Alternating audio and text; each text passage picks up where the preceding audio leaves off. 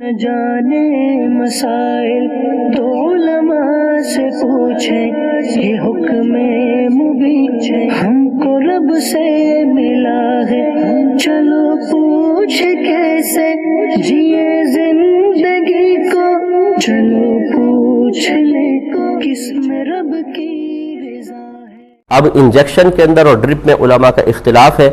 بعض کہتے ہیں کہ کسی بھی طریقے سے کوئی دوا یا غذا اندر پہنچے روزہ ٹوٹ جائے گا، کیونکہ اس سے توانائی تقویت حاصل ہوتی ہے، بدن کو اصلاح حاصل ہوتی ہے، روزہ ٹوٹنا چاہیے۔ لیکن جو علماء ظاہر حدیثوں کا اعتبار کر کے نتیجہ یہی نکالتے ہیں کہ آنکھ، ناک یا منہ کے ذریعے کوئی شاید داخل بدن ہو تبھی روزہ ٹوٹتا ہے، رگوں کے ذریعے، شریانوں کے ذریعے کوئی چیز اندر پہنچ جائے روزہ نہیں جانا چاہیے، وہ انجیکشن لگانے کی اجازت مرحمت فرماتے ہیں، وہ ڈرپ کو بھی منع نہیں کرتے ہیں۔ اگر آپ مجھ سے پوچھیں کہ ہماری رائے کیا ہے تو ہماری رائے یہ ہے کہ اگر کوئی شخص شدید مرض یا عذر میں نہیں ہے تو نہ اس کو انجیکشن لگوانا چاہیے نہ ڈرپ، اس کو ایسی روزہ پورا کرنا واجب ہوگا۔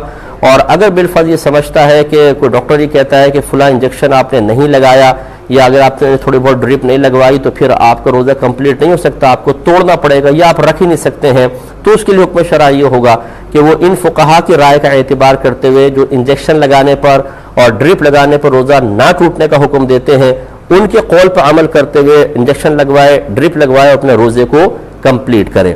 اس میں آپ ہم سے رائے میں اختلاف رکھ سکتے ہیں، فقہی اختلاف ہے، اس میں کوئی مسئلہ نہیں ہے، لیکن اپنی رائے کو ہم پر مسلط نہیں کر سکتے ہیں، جیسے میں آپ پر اپنی رائے کو مسلط نہیں کر رہا ہوں۔ تو اس لیے بہت سے ایسے ہوتے ہیں کہ ہماری مانو، نہیں مانیں گے تو آپ کی عزت خراب کر دیں گے، نہیں مانیں گے تو اپنے متبعین کو آپ کے پیچھے لگا دیں گے۔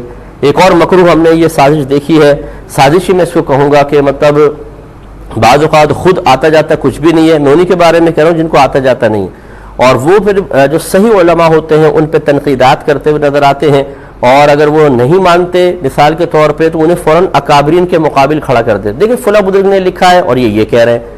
ارے بھائی فلاں بزرگ نے لکھا ہے یہ کہہ رہے ہیں تو یہ کیا غلط کہہ رہے ہیں یا صحیح کہہ رہے ہیں، یہ کون فیصلہ کرے گا؟ بزرگوں کی فقہی مسائل میں مخالفت ہمیشہ بری نہیں ہوتی ہے۔ یہ کس نے کہہ دیا آپ کو؟ امام اعظم کے شاگردوں نے بارہا امام اعظم کی مخالفت کی ہے فقہی مسائل میں، اور کوئی ان کو برا بھلا نہیں کہتا بلکہ ہر ایک تعریف کرتا ہے۔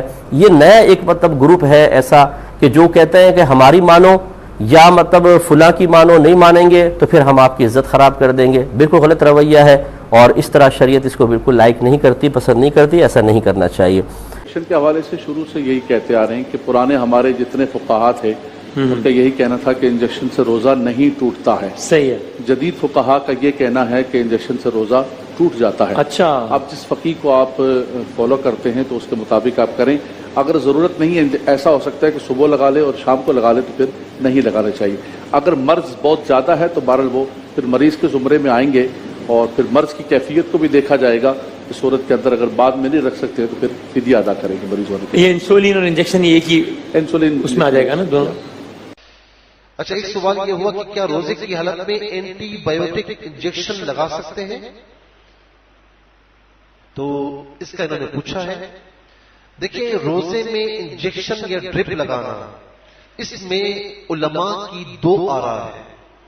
ایک طبقہ یہ فرماتا ہے کہ انجیکشن لگانے سے یا ڈرپ لگانے سے روزہ نہیں ٹوٹتا، روزہ نہیں ٹوٹتا۔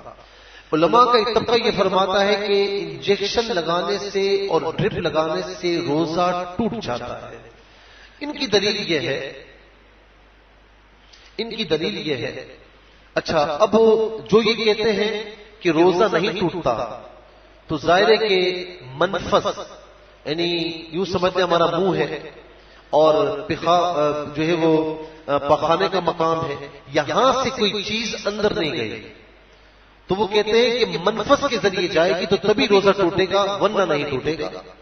ان کے اپنے دلائل ہیں، ان کا بھی ادب و احترام ہے، وہ بھی ہمارے علماء ہیں، اور علماء کا ایک طبقہ یہ کہتا ہے کہ روزہ اس سے ٹوٹ جاتا ہے۔ ان کی دلیل یہ ہے، آپ دوا کھاتے ہیں، ٹھیک ہے نا، دوا اثر کرتی ہے، صحیح ہے، دوا کھاتے ہیں آپ، وہ معدے میں جاتی ہے، اثر کرتی ہے، تو کہا کہ جو انجیکشن لگتا ہے نا تو بعض اوقات کھانے میں دوا اتنی زود اثر نہیں ہوتی، تو پھر انجیکشن میں مختلف دواؤں کو ملا کر یا نہ بھی ملائے انجیکشن میں جو دوا ہوتی ہے وہ زود اثر ہوتی ہے. وہ کیا کرتی ہے؟ وہ ڈائریکٹ خون میں شامل ہو کر جو فائدہ یعنی آپ نے دوا منہ سے لی، اب وہ آپ کے حلق میں گئی، پھر معدے میں گئی، پھر وہ پورا ایک پروسیس ہے، اس کے بعد وہ اثر کرے گی.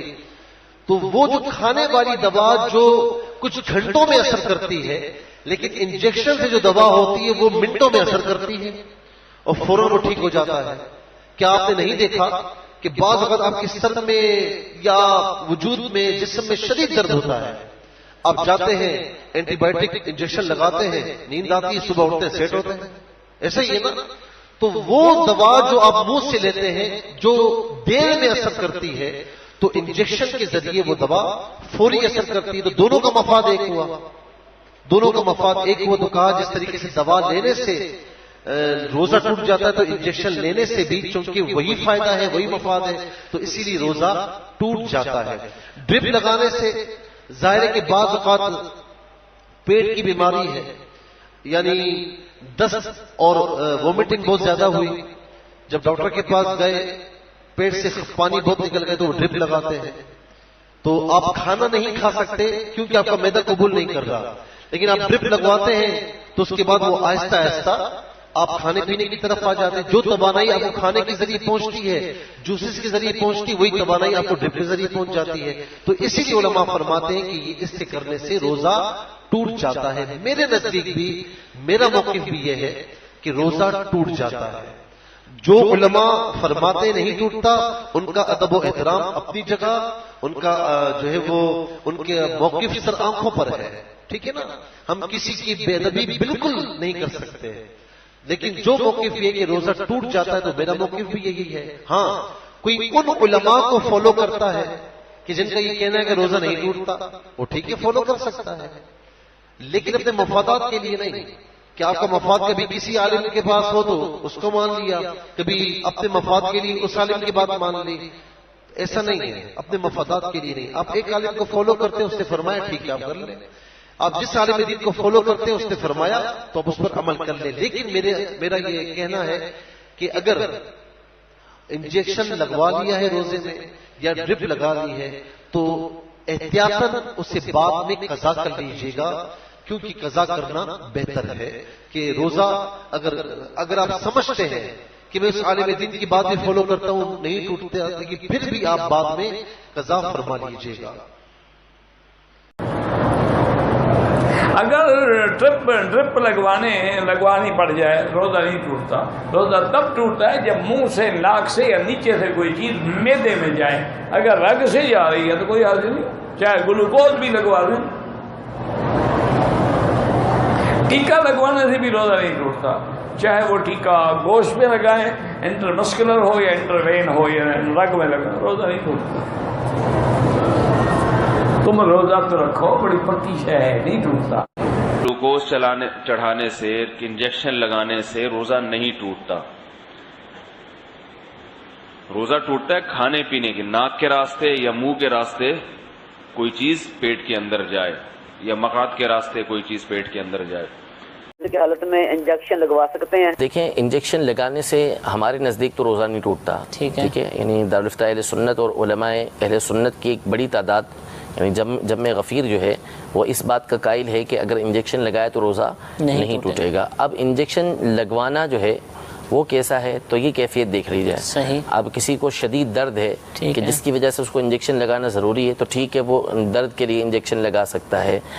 لیکن اگر کوئی شخص جو ہے وہ کمزوری محسوس کر رہا ہے اپنے جسم کے اندر روزے کی وجہ سے، اب وہ صرف اس لیے انجیکشن لگواتا ہے کہ میں طاقت لگا کے اچھی طریقے سے جو ہے جیسے کھاتا پیتا شخص ہوتا ہے اس انداز میں روزہ گزارنا شروع کر دوں، تو پھر اس طرح لگانا یہ مناسب نہیں ہے. تو انجیکشن لگانے سے بہر صورت روزہ تو نہیں ٹوٹے گا، لیکن جب ضرورت ہو اس کے علاوہ چارہ نہ ہو تو پھر اسی صورت میں بندہ جو ہے وہ انجیکشن لگوائے، ورنہ انجیکشن لگوانے سے بھی بندہ گریز کرے.